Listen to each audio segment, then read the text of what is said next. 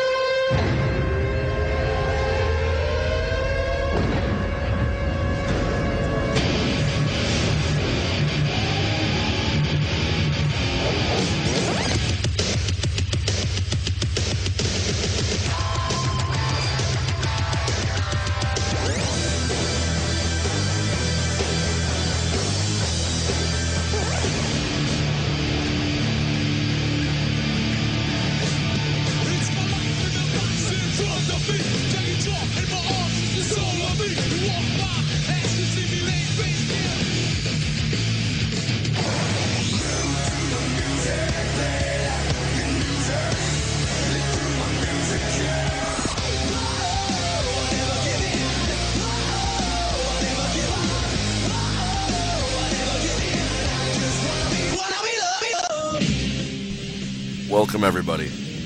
Welcome to this week's edition of the Still Real to Us show for August 16th, 2012, episode number 131. And I say this every week because I am proud of it, and I'm sure Captain and I will discuss why we are proud of this statistic. 131 consecutive weeks of the Still Real to Us show. Since day one, this show has never missed a show, never missed an episode. We're back at it again. I am Jeff Peck, joined as always, Redneck Revolution Rise up with the one and only Trey, Captain Obvious Dent. Captain, like I say every week, what's up, my man? Oh, not much. Just if this was a day for me to start drinking coffee, this would totally be the day, because I'm just trying to stay awake, and like the song says, I just want to be loved. Let me get this right. You're not a coffee drinker? No, I tried coffee one time when I was 15, and I got it from my family and I were driving through Oklahoma, and I had my learner's permit. My dad was like letting me drive the car, and I was tired, and I didn't want to tap out and be like, Daddy, I'm sleepy. So we stopped at McDonald's, and I'm like, all right, let me try coffee. And it tasted like burnt popcorn. And ever since then, I have just not been able to bring myself to actually start drinking it again. And, you know, I married a New Yorker, and she's a huge coffee drinker, like 3 cups a day. And every time she puts it near me, I get a little bit sick to my stomach. Wow. Now, let me tell you, I started out podcasting in radio 3 years ago, 2009. Mike Bauer, good friend of myself and Captain Obvious. First day I went in there for my very first show of the podcast known as The Wheelhouse, he goes, do you drink coffee? Because at this time we were doing a morning show. If you remember that, Captain, it was like the first month of The Wheelhouse was in the mornings. And he's like, do you drink coffee? And I said, no, I'm not a big coffee drinker. I try to stay away from it. All through high school, I wasn't a coffee drinker. I never needed that extra boost at 6 a.m. to get up and go to high school. Never needed it. As we speak right now, coffee's in front of me. As time has gone on, I have become a coffee drinker.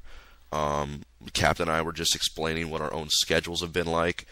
We record this on a Wednesday morning at 8:41 in the morning because I'm doing it before work. Captain has a day off. He's doing it before he goes to sleep because he just went to sleep for a brief hour before the show. And I need it. My schedule been a little hectic. Monday night was at the Yankee game, Yankee Stadium, Yankees-Rangers. Went to work at 97.9 ESPN. Did the normal 3 to 7 shift at 97.9 ESPN and ESPN 1300.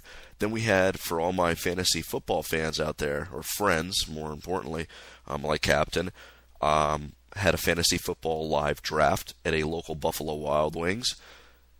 Left there at 10:40. It takes me a good hour to leave from Hartford. I didn't get home until 12:30 at night. By the time I was in bed, it was at 1 a.m. And mind you, Captain, this is the wrestling fan in me. I have WWE Classics on demand. What did I go to sleep with as it was on the television? A Monday Night Raw episode from August 12th, 1998. And here I am, 8 a.m. in the morning. Captain, you ran into traffic before we did the show because we were going to do it a little bit earlier. I sat here plugging away 10 rounds of fantasy football draft stats to be put up later today, which would be yesterday for everybody that listens to the show on 97.9 ESPN.com. And that's over 100 picks of football. And I'm sitting here and I'm just drinking coffee, chugging away. Really surprises me, man. I think the more we do this show, because you and I have now done the show at 11:30 in the morning, or at night, 12 in the morning, 11 in the morning, 3 in the afternoon, 8 in the morning. Maybe you'll become a coffee drinker soon. You know, and you said actually I had the day off. Actually, as soon as the show ends, I'm actually headed to work, and I'm actually working from now until midnight tonight, and then Jesus. I have to do the same thing tomorrow. So I thought you had the day off today. Oh no, I just don't sleep. I follow the Puff Daddy train of thought, where anything more than like 4 hours, you're basically wasting time. So I usually about 4 to 5 hours, and then like one day a week I'll actually sleep. Wow. But no, I got to cover. I have to go. My new job that I have right now, I actually have to like go to various Walmarts throughout the area and like check end caps, displays, and make sure stuff's in stock. And I got to go cover.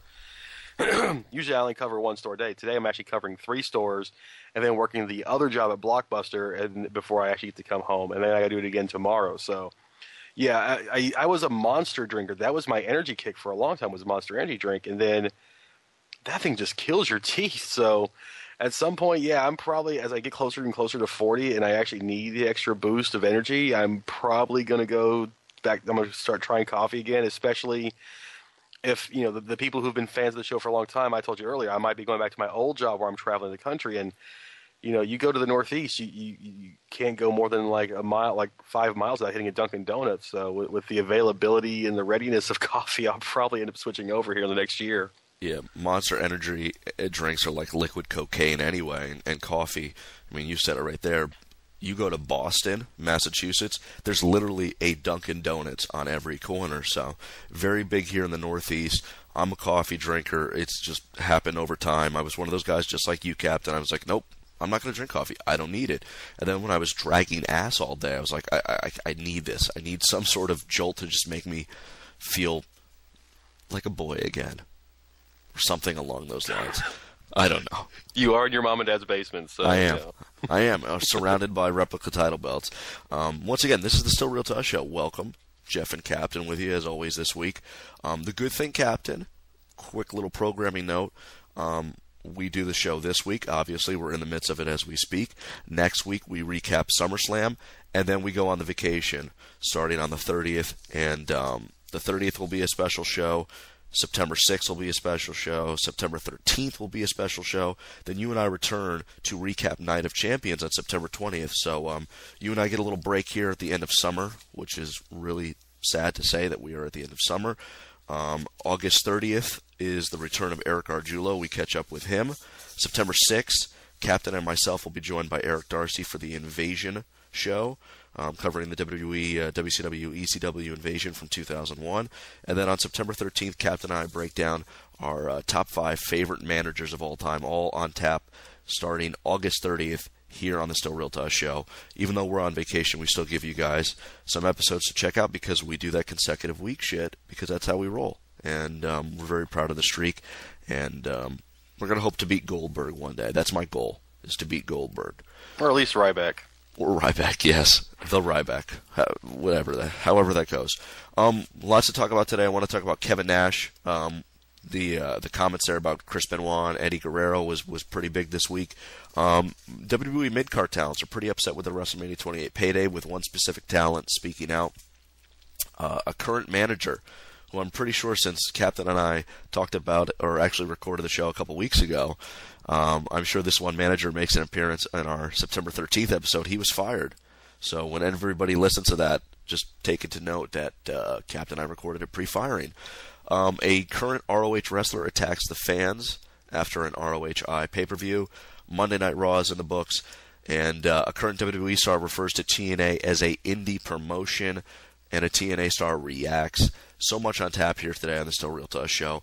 Let's just kick it right into gear like we always do. Monday Night Raw. I was at the Yankee game, like I said before, Captain. I missed Monday Night Raw. I reached out when I was on the train ride home on Twitter. Heard from WrestleChat.net on Twitter, WrestleChat.net, one of the great sponsors of the show. Asked how Raw was going on Twitter. They responded to me. A little upset they were the only one. Maybe everybody else was asleep or tapped out at that point. And said the show was good, filled with wrestling. Did you get a chance to watch Monday Night Raw this past week? And if so, what stood out to you as the most important moments or thoughts this week of Monday Night Raw?